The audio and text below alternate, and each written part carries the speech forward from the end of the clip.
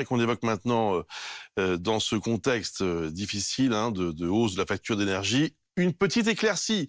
Fanny Wegscheider, les prix du carburant repartent à la baisse. Oui, une bonne nouvelle, c'est bien d'en parler également. Elle date de la semaine dernière. C'est hier que le ministère de la Transition énergétique a publié son rapport avec ses derniers chiffres qui datent de vendredi dernier, le 25 novembre.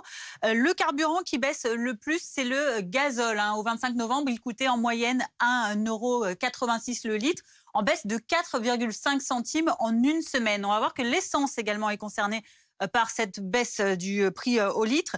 En moyenne, le samplon 95 E10 était aux alentours de 1,71 €, donc au 25 novembre, en baisse de 3,60 € en une semaine. Et puis le samplon 95 tout court, lui aussi en baisse de 2,63 centimes pour arriver à 1,75 € en moyenne à la pompe.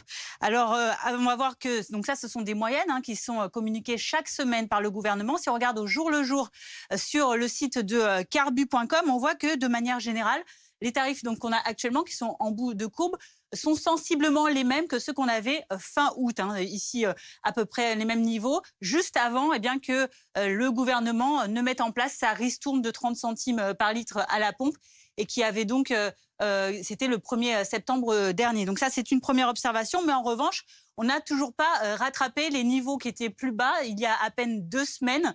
On voyait qu'on était beaucoup plus bas à la fois pour le gazole que pour l'essence.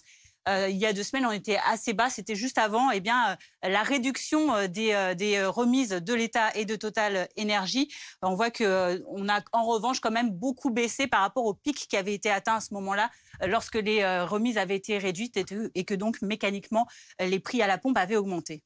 Comment s'explique cette reprise de la baisse du prix du carburant? C'est lié directement au recul du prix du baril de pétrole brut au niveau international depuis le début du mois de novembre, où une baisse du cours, par exemple, du baril de Brent de la mer du Nord, 84,71 $ le baril, en baisse de 13% depuis le début du mois de novembre. Également, le baril américain de référence, le WTI, était à 78,61 $ le baril, en baisse de 9% depuis le début du mois. Tout cela étant lié à une baisse anticipée de l'activité et de la demande en Chine à cause de l'épidémie de Covid qui sévit là-bas, ou encore d'incertitudes économiques. Merci beaucoup, Fanny.